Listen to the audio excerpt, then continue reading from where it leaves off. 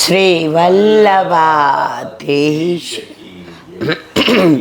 રાધરણ કી જય. શ્યામ સુંદર શ્રી અમને મહારાણ કી જય. શ્રી ગુસાઈજી પરમ દયાળ શ્રી ગોકુલનાથ કી જય. દાવ દયાળ કી જય. શ્રી નવनीत प्रिया लाल की जय. अपने माथे बिराजता सेव्य स्वरूप की जय. बधाई वैष्णव ने साझा કરીને જય શ્રી કૃષ્ણ. વ્રજનો આનંદને પરમાનંદ માણી આવ્યા. અહીંયા ગાઈએ છીએ, તારી એક એક પલ જાય લાખની, તું તો માળા રે જપી લે મારા શ્યામને. તો આ વખતે 10 દિવસ વ્રજમાં એક પળ પણ નકામી નથી ગઈ. સવારે 4 સાડા 4 ઉઠીએ, ઠાકોરજીને પહોંચી લઈએ, ચા નાસ્તો કરીને બધે જઈએ. ઝારીજી ભરવાની અનુકૂળતા હોય ત્યાં બધા ઝારીજી ભરે. સત્સંગ કરીએ દરેક જગ્યાએ, જ્યાં રહી જાય ત્યાં રાત્રે કરીએ. રાત્રે ન મેળ પડે ત્યારે મેં બધાને વચન આપ્યું હતું કે યુટ્યુબ દ્વારા કરીશ. ખરેખર તમે એકલા વ્રજમાં જાઓ અને વૈષ્ણવના સંઘમાં જાઓ. દુસંગ નથી કહેતી. આ વખતે કોઈ એવા દુસંગનો અનુભવ ન થયો. નહીં તો ઘણીવાર ગયા હોય તો આપણે ભગવત કાર્ય કરતા હોય તો આવીને આપણને લૌકિક ગંધ નાખી જાય. આ વખતે બહુ જ આનંદ આવ્યો. વ્રજને ફીલ કર્યું, વ્રજને માણ્યું. ભલે હજી આપણા દેહ ઇન્દ્રિય એવા નથી કે વ્રજને જે ભગવદીઓને અનુભવ થાય, ભગવદીઓને સાનુભાવ થાય, એ આપણને થાય. કાંઈ વાંધો નહીં, પણ આ વખતે ક્યાંય દુસ્સંગ નથી લાગ્યો, એટલે બહુ આનંદ આવ્યો. જ્યાં જોઈએ ત્યાં બધાએ એકબીજાની સાથે સંપીને રહેવાનું. એકબીજા માટે જમતા હોય, પ્રસાદ લેતા હોય તો લેતા આવવાનો. એકબીજાને બસમાં કે ગાડીમાં તકલીફ પડી હોય તો અનુકૂળતા કરવાની. 350 માણસોમાં ન ઝઘડો, ન ટંટો, ન ફંસાર. અને પાછી બધાય આખા ભારતમાંથી આવ્યા હતા. કાલે ઓલા બેન હિન્દીમાં બોલતા હતા, જય શ્રી કૃષ્ણ હીલાબેન, જય શ્રી કૃષ્ણ. પછી ભેટીને રોવા માંડ્યા. એટલે મેં કીધું તમે રાજસ્થાનના, બિલોંગ ટુ मैसूर. तो मैं ये बताना नहीं तो कि मैसूर देखने लायक है, तो आप जरूर आना. अंबाला मध्य प्रदेश, રાજસ્થાન, સૌરાષ્ટ્રની તો ભરમાર હતી અને ગુજરાત તો ગાંડો થયું હતું. અને બોમ્બેવાળાએ આટલા બધા હતા છતાંય એવો સાથ સહકાર આપ્યો. નહીં તો એવું કહેવાય કે બોમ્બે છે ભોગની ભૂમિ છે. અમે બોમ્બેવાળા વૈષ્ણવ સાથે ભોગની ભૂમિનો અનુભવ ન કર્યો, રોગની ભૂમિનો અનુભવ ન કર્યો. હા, તો ભોગનાય દર્શન ન કર્યા, રોગનાય ન કર્યા, સંજોગનાય ન કર્યા. એ લોકો આરે અમે આનંદના દર્શન કર્યા. એ આખું ગ્રુપ એટલું સરસ હતું જેટલા બોમ્બેથી આવ્યા હતા. એનો મતલબ એમને બીજા એવા નહોતા, બીજા એવા સરસ હતા. પણ આ વખતે કહેવાય ને કે મોરના પીછામાં કળા કરવા માટે જ્યાં જેટલા રંગની જરૂર હતી એ બધા રંગના વૈષ્ણવો એવી રીતે રંગ પ્રમાણે ગોઠવાઈ ગયા કે ઠાકોરજીના મોરના પીછા બની અને બધાએ કળા કરીને આનંદ માણ્યો. આ યાત્રા જીવનભર નહીં ભૂલાય. તબિયતની બિલકુલ સાનુકૂળતા નહીં છતાંય ત્યાં ભૂલી ગઈ કે આમ છે આમ છે. આજે ઘરે આવી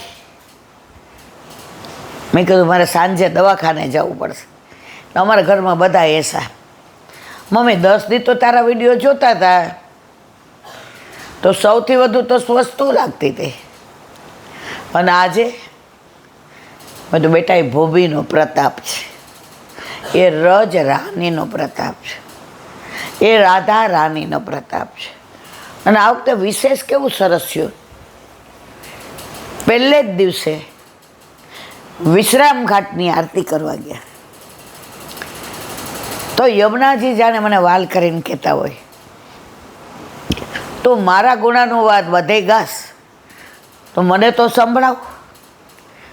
તો પહેલે જ દિવસે વિશ્રામ ઘાટ ઉપર યમુનાજી એ સત્સંગ કાલી ભાષામાં સાંભળો. બીજે દિવસે ઘરે આવ્યા, ઘરે એટલે બાલકૃષ્ણ ભવનમાં. તો ગિરિરાજ બાવાએ તો કે તું મારી તળેટીમાં રહેશ,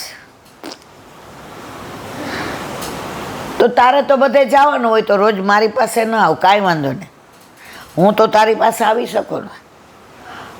તો અમે જ્યાં ઉતરાતા ઉઠી એટલે ગિરિરાજ બાવા દર્શન, તાલવન મધુમન જાય ગિરિરાજ બાવા આજ્ઞા આપે, આવી એટલે ગિરિરાજ બાવા આવી ગઈ ને હું તારી રાહ જોતો હતો. 2-3 દી હોલમાં સત્સંગ કર્યો. પછી ગિરિરાજ બાવા જાણે મને કહેતા હોય, મારી વાતો મારી પાસે કરને. દીકરી સાસરેથી આવે ને બધાય પૂછી લે ને પછી બાપ હોય ને ધીમેકથી કે અહીંયા બેટા હું તને રાખતો તો એવું ત્યાં રાખે જ કોઈ. દીકરી હૈયાની અંદર હામ ભીડીને કહે પપ્પા બહુ જ સારું છે. એમ અમે કહીએ ગિરિરાજ બાવા અમને વલ્લભે પોતાના કરી લીધા ને, બ્રહ્મ શબ્દ દઈને ઠાકોરજી પધરાવી દીધા ને, તો અમારે બહુ જ સારું છે, અમારે કોઈ ગિલે શીખવે નહીં. છેલ્લે મનમાં એક તમન્ના હતી કે વલ્લભની સન્મુખ, યમુનાજીની સન્મુખ અને શ્રીજી બાવાની સન્મુખ એક થોડી વાર સત્સંગ કરું તો મારો સત્સંગ પુષ્ટ થઈ જાય. હવે જ્યાં જઈએ નો ડાઉટ આન્યોરમાં અમે ગિરિરાજ બાવાની બહાર કર્યો સત્સંગ, ગોવર્ધન કી રહીએ તળેટી, ત્યાં મુખિયાજીએ સરસ કર્યો. ઓલા બાને તો મેં જોયા ને મને સદુ પાંડેના બાની યાદ આવી ગઈ, એટલું સરસ વ્રજ ભાષામાં બોલે. એણે એક જ વાત કરી, વ્રજ તજ અનત ન જાઓ. અહીંયા તો રૂખી સુખી આપજે પણ તારા ખેતરનું અનાજ હોવું જોઈએ. અમારે પરદેશ ન જવું, અહીંયા દૂધ પીવડાવ તો ગાયનું પીવડાવજે, કારણ કે અહીંયા તે ગાયો ચરાવી છે. તો વસ્ત્ર પહેરાવે તો તારા ખેતરમાં થયેલા કપાસના વસ્ત્ર પહેરાવજે. અને 5 ઇન્દ્રિય અને 5 જ્ઞાનેન્દ્રિય અને 11મું મન તે આપ્યું છે. એ આ ભૂમિમાંથી અમે પ્રગટ થયા છીએ. આ અમારા લોહી, આ અમારું માંસ, આ અમારું શરીર આમાંથી બન્યું છે. એટલે તું અમને ક્યારેય અહીંથી બહાર ના જવા દઈશ. મુખ્યજી કહે ગમે એવો શિયાળો હોય, ગમે એવો તડકો હોય, કે આટલા પાણી વરસાદના પડ્યા હોય, અમે થોડા આગા પાછા થઈ જાય, 5-10 મિનિટ વહેલા મોડું થાય. આ માં 80 વર્ષે સવારે 4 વાગે અને સાંજે 4 વાગે આખા બધે બુહારી કરે અને રજ ભેગી કરી અને કે બસ ગિરિરાજ બાવા એ વ્રજ રજ તજ અનત ન જાઉં. અને એને વ્રજ ભાષામાં કીર્તન એવા સરસ ગાય. છેલ્લે ગાયું, મેરી કોમળ બૈયા તો ના પકડ, મને વાગી જશે. એ ભાવાર્થ કહું છું. ગોપી કે ક્યાં જશે? આ અમારા રસ્તામાં ઊભા તને દેખાતા નથી? મારો અવાજ બેસી ગયો છે. ઠાકોરજી સાંભળતા નથી, ચાલવા માંડે છે. ગોપી હાથ પકડી લે છે. મેરી કોમલ બૈયા મત પકડતો, મોહી જાને દે, મોહે લગ જાએગી તેરી નજર, મોહે તું જાને દે. અને પછી જે એમણે જમાવટ કરી, ગોપી કે તારી બૈયા કોમળ એમ, ગાયો ચરાવવા જાસ ત્યારે ઓલા રફ પૂછને પકડસ ત્યારે તને નથી વાગતું, ત્યારે તારી બૈયા કોમળ નથી. અને અમે અડીએ, અમે પકડીએ તો તારી બૈયા કોમળ. ઠાકોરજી કે જોતો ખરી, તારા 5 આંગળા ઉઠી ગયા. હવે છોડ. 7 દિવસ સુધી ગિરાજ ધારણ રાખ્યો ત્યારે તારી બૈયા કોમળ નહોતી એમ. અમે અડીએ તારી બૈયા કોમળ. માખણ ચોરવા આવે, બધાની માથે ચડી જાય, માકડાને ખવડાવે, સખાને ખવડાવે, પોતે ચાટે, ત્યારે આટલો શ્રમ કરે ત્યારે તારી બૈયા કોમળ નહોતી એમ. અમે અડીએ ત્યારે કોમળ. તને કેટલા કેટલા ઉદાહરણ આપો. ઓલી વહુની ગાય ખોવાઈ ગઈ, ભેંસ હાથમાં પકડીને લઈ આવ્યો ત્યારે તને ન તકલીફ થઈ, અને અમે અડીએ છીએ તારી બૈયા કોમળ. જે એમણે એ કીર્તન ગાયા વ્રજ ભાષામાં, સરદાર હો કે ફિરત હો, નિકલ દઉંગી તેરી સરદાયન. અહીંયા સરદાર થઈને ફરે છે એમ, head of the department of ગોવળિયો એમ.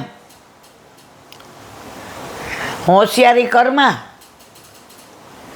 હમણાં યશોદાજીને કહીશ ને તો ઉખલથી બાંધી દેશે, બધી હોશિયારી નીકળી જશે. સરદાર બનીને ફરસ એમ. હમણાં સખાઓને કહીશ ને તો બધા ત્યારે તું યમુનાજીમાં પડીશ ને ત્યારે કોઈ કાઢવા નહીં આવે. તારો સરદાર વેડા અહીંયા નહીં ચાલે. અહીંયા અમે કહીએ એમ કહેવું પડશે.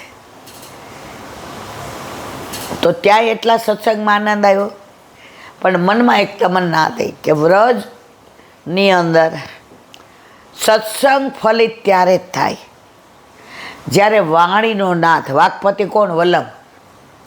આ વાણી મને કોણે આપી? મારા વલ્લભે.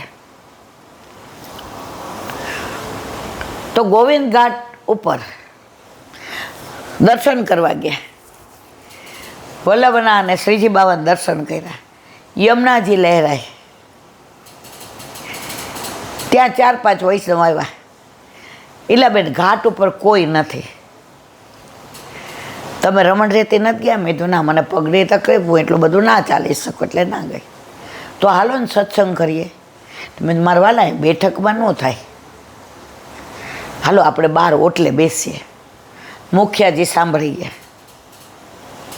ક્यों ना हुए यहाँ, सारे लोगों को सुनाती है, व्रज की बातें. तो व्रज की बातें वल्लभ को नहीं सुनाएगी क्या? वनमाली को नहीं सुनाएगी क्या?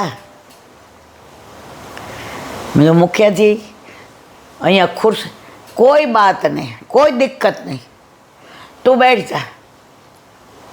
પરાકાષ્ઠા તો ક્યાં, મારો અવાજ બેસી ગયો હતો તો એણે આદુવાળી ઘરે બનાવડાવી ચા, થોડી ગરમ ગરમ અદરકવાળી ચાય પી લાય.